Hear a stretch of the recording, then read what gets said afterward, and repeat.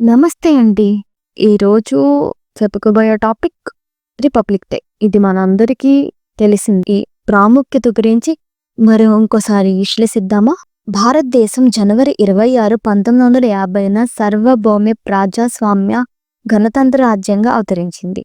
అదే రోజున రాజ్యాంగం అమల్లోకొచ్చింది. రిపబ్లిక్ అంటే దేశాధినేత, రాష్ట్రపతి ప్రజలచే ఎన్నుకోబడతాడు. వారసత్వంగా వచ్చే రాజు, రాణి ఉండరు.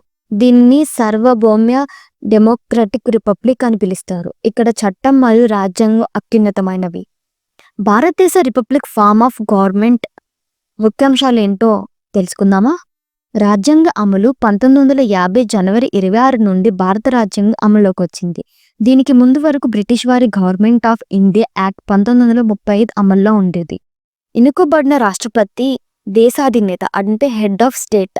ఈయన ప్రజలచే ఎన్నుకోబడిన ప్రతినిధుల ద్వారా పరోక్షకంగా ఎన్నుకోబడతారు. ప్రజాస్వామ్య రిపబ్లిక్ 1947లో స్వతంత్రం వచ్చినప్పటికీ 1950లో రాజ్యాంగ ఆమోదంతో దేశ పరిపూర్ణ గణతంత్ర రాజ్యంగా మారింది. ప్రాముఖ్యత ఏంటంటే రాజ్యాంగ పౌరులకు ఓటు హక్కు, ప్రాథమిక హక్కులు కల్పిస్తూ పాలనలో ప్రజల భాగస్వామ్యాన్ని నిర్ధారిస్తుంది.